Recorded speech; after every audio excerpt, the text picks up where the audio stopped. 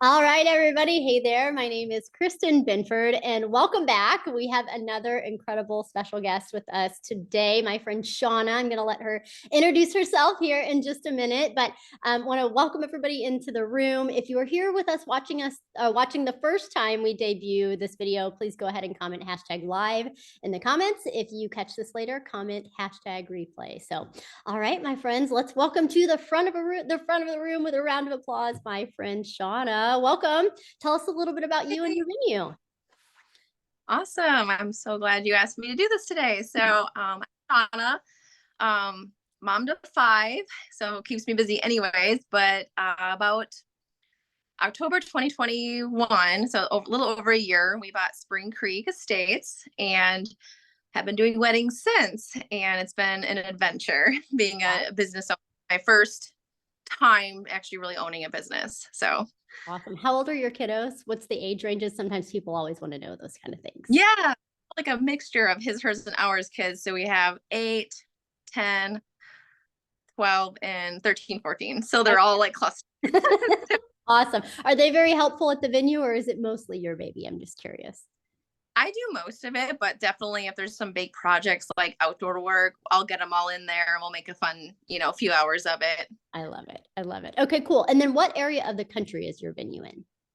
Yeah, we're right outside Springfield, Missouri. So great setting for outdoor weddings, and spring and fall are like super popular here. Yeah, absolutely. So, and then what did you do before you bought a venue, right? So you didn't start a venue from scratch, you bought it, right? But what Right. were you doing before that? And then tell us a little bit about buying a venue and that experience.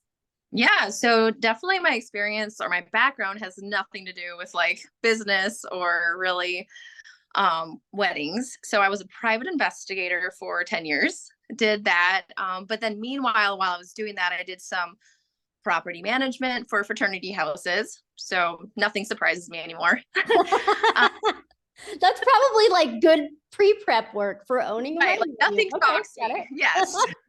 Things I've seen, I will not share. No. Thank you. Thank you. Um, some construction management, and then I taught classes at Missouri State.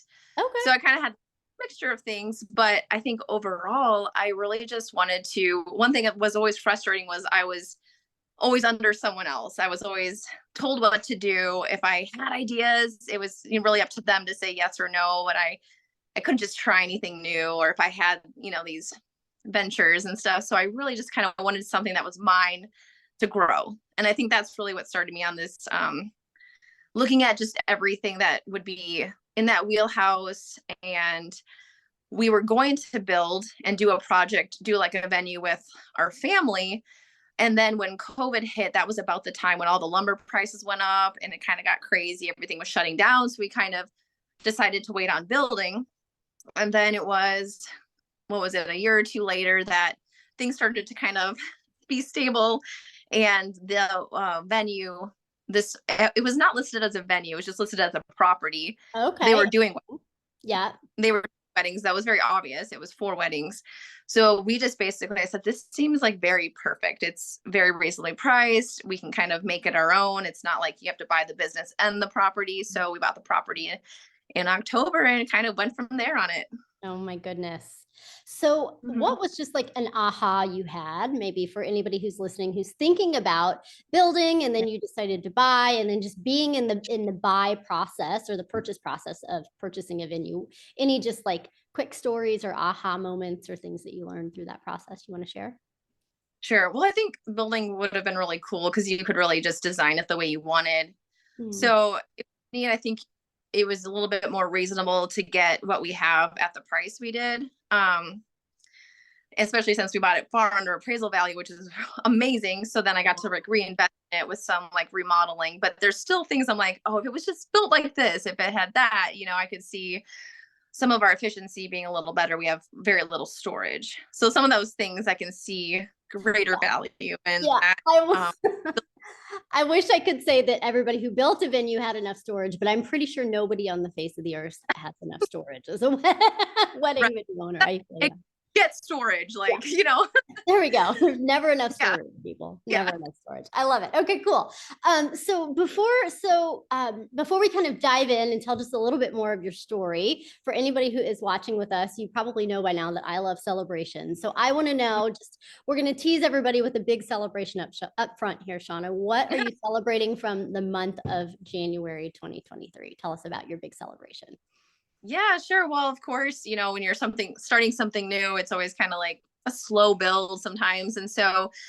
And people were saying, watch out for January. You're going to have a lot of tours and it's an engagement season following Christmas. And I was like, okay, we'll see what happens. And then January just blew up. We had so many tours, people booking like on the spot, even though I'm like, don't book here if you don't want to, you know? so, yeah, and so our sales, my goal really for each month, you know, I'm probably putting it low. My goal's always been like 20,000 in sales, and in January did 70,000 in sales. So congratulations. Hey, oh, and that's something to be extra proud of because not everybody had that January this year in 2023. So great job, my friend. Super proud of you. good. Okay, cool. Best month ever in January. So stay tuned, right, for the rest of this video because there's going to be all sorts of good stuff that we're going to be sharing. So I want to ask you, when you think back to kind of before we met for the first time, tell me about where you were in the business. So you had bought the business, you were hosting some weddings, and one of the benefits I think to buying a business as opposed to building is you were kind of in the business quickly, right? You had some weddings on the books, you were kind of jumping into the deep end, but you also had some bookings coming in, right? So tell me just a little bit about where you were in the business. Sure, definitely. Man, that first year learning curve, like crazy. So when we bought it, there were 2 weddings booked. Okay. So not A couple. many. Yep. At that point, though, it had been a wedding venue for already 6 years. So there were still people like being referred, people like who knew about it, friends that had gotten like, you know, their friends had gotten married there. So there was almost like word of mouth more in the beginning. Mm. And, but then I was also opening the doors to more like smaller groups just to get like attention and stuff. And those were very difficult with the flips. And I think originally when I ventured into this, I thought it would be more of like a kind of an Airbnb where you kind of hand over the keys and here's your space for the day and I'll see you like later on. Feel free to clean up, you know, like super easy. At some point I was like, everyone's drunk. They cannot clean. Yeah. Drunk You people know, don't clean well. No, that is yeah. absolutely a true statement. Oh, and Oh. you know, just there were so many things I was constantly after the fact, like, okay, why is it still happening? How can I prevent this from happening in the first place? There were just way more things than I ever thought would have to go into this, like maintenance and the wedding schedule and rehearsals and everyone trying to do an appointment with their mom and grandma and photographer on different dates. And I was like, I'm gonna sell this. Like it got to the point where like I was getting like I had like 20 bookings or something. And even though we hadn't hosted many weddings yet, I felt like I was constantly trying to figure things out and answer questions and meet people there. And what I felt was almost like a waste of my time in a way, because I was like, I can't keep up with this. So I had actually gotten someone to come out there to do like an appraisal of like selling it and selling the business, because I was like, this I can't do this. I have 5 kids. I want time to myself. I'm here on the weekends. And then I think your coaching somehow, or your group, I was in the group and the coaching kept coming up on like my Facebook. And I was like, okay, let me look into that. Let me do a phone call. Because I was kind of at the point where I was like, I need to either change drastically or like I need to sell this place like ASAP, because it was like ruining my mentality, like my mental point. And you remember I was like crying almost.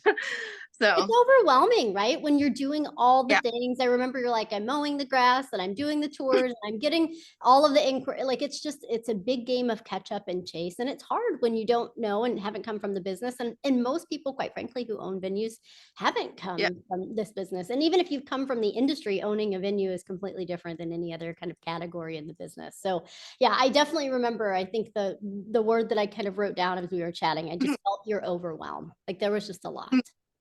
Yeah. So I'm curious though. So I happened to show up in your Facebook feed or wherever, right? But like, what was it that actually made you decide to reach out and to book that call? Because here's why I'm asking this question, because we hear from Mhm. people all the time who find us on YouTube or in the Facebook group or whatever, and they're like, Kristen, I've been following your videos for years, right? So what was it, if you think back, do you remember, that actually made you reach out? Like, why then? I think I'd seen some success stories or notes, and then I think it just when you like the repetition probably of seeing some stuff, and also the group, I think I was still in like the main group. Yeah. Um just to have the community there probably.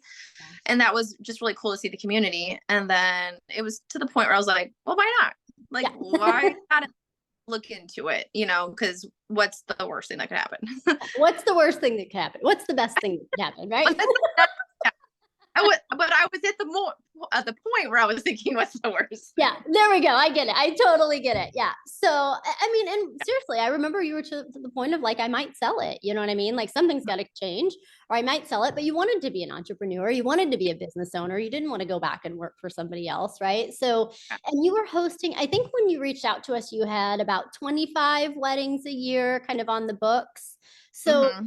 tell me about, so overwhelmed, thinking about selling it, things were really tricky. That was what? I don't know, 6 months ago or something. It wasn't even that long ago that we Yeah, connected the five first or time. six. 5 or 6 Yeah, months ago, right? So, okay, tell me about your business now. What can we celebrate about you today? yeah. Tell me about the Oh business. my, I feel so much less stress. Sometimes I'm like, I have too much time on my hands now, but there's things that I'm like appreciating the time now. But um, man, your 8-week course, it really made you I like that it was like broken down week to week. So it gave me something to focus on. Like honestly, how valuable even that first week was in, even like learning the market. And I was like, it's really hard to figure out anything on anyone else's website. So it was really cool to be able to master my own website. And I hear so many couples saying, like, wow, like your website is so helpful.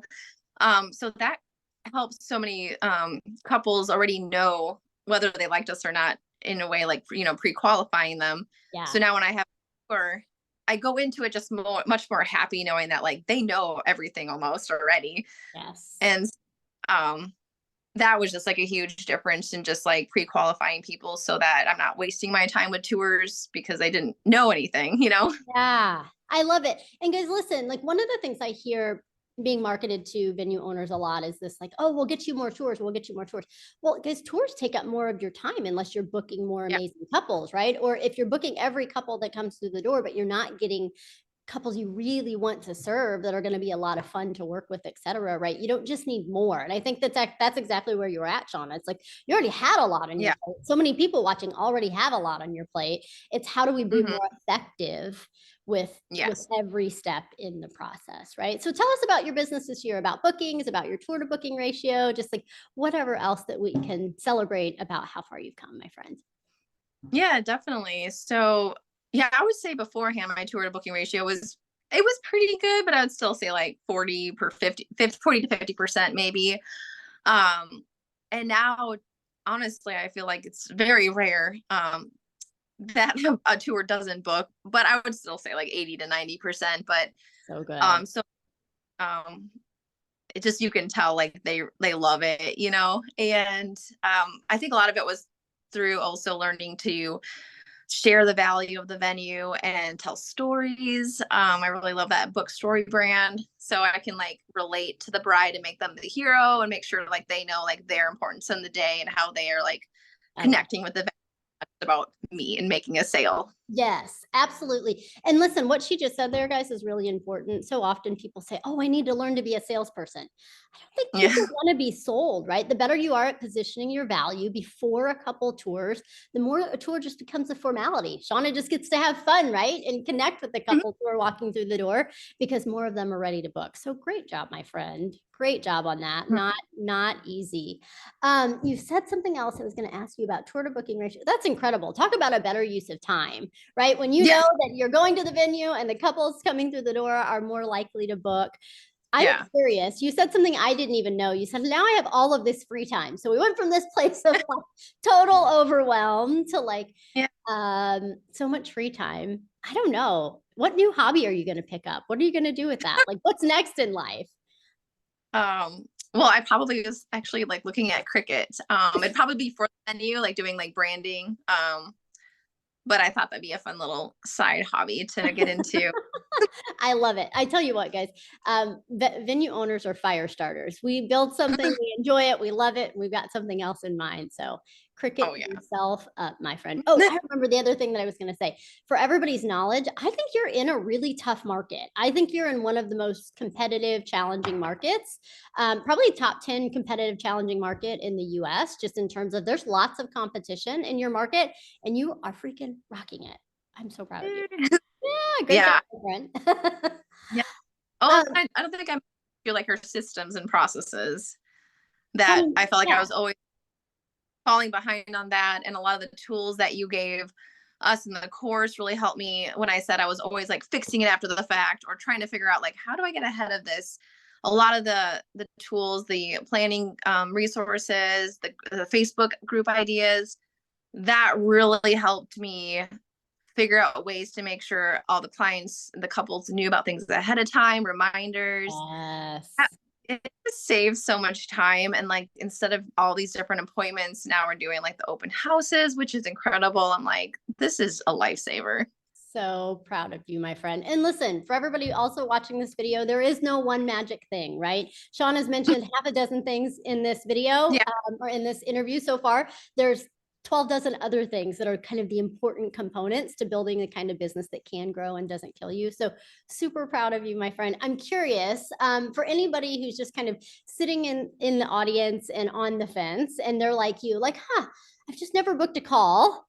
Your video, your interview comes up today. What would you say to anyone who is considering booking a call with Kristen Binford Coaching? I would just say that there's so many different aspects, like you said, different components that you can work on and things that you didn't even consider working on or coming up with ideas for that gives you like drive to like fix that or come up with a better solution for that, and you're like, oh, I didn't even think there would be an easier way to do that, or add doing your ads and actually comparing them and seeing which results are better. Just a lot of different good, really good strategies that can only really come from like experience that you have, and then you've already kind of tested it. Plus, I feel like you're always updating things so that it's not like old stuff from like 10 years ago. So it's very, like you even brought up like Chat GPT, so stuff like that, that's going to be changing how even like we do blogs or something. Yeah, there is always going to be things changing, guys, and change creates opportunity. You just have to be in the driver's seat and ready to take advantage of it. So good job, my Yeah. friend. All right. Well, hey, thank you so much for joining us in this video. For everybody who joined us at home, hashtag live if you watch this the first time, hashtag replay if you catch it later. Everybody, if you could say hashtag Shauna rocks in the comments, I'm sure she would love some love from you as well. And if you have not booked a call with our team, or maybe you have, maybe it's been a couple of years, we've had that too. People come back a couple of years later like, oh, I really am ready to take action now in my business. You can go to kristenbinford.com/accelerator. Now, we will dive into what's working, what's not working, what you really want. If we can help you like we help Shauna, we'll tell you about that. If something else is better, we'll be totally honest. Either way, we'll have a good conversation and part ways friends. So it'll be myself or my team on the phone with you, and would love to serve you in this conversation. So proud of you, Shauna, for getting off the fence. And why not? What could be the worst thing that happens, right? And now it's turned into, you are one of my absolute favorite people, and I am so proud of you. Thank you. All right, everybody. We will see you in a future video, kristenbinford.com/accelerator to see our calendar availability. See you next time. Thanks, everybody.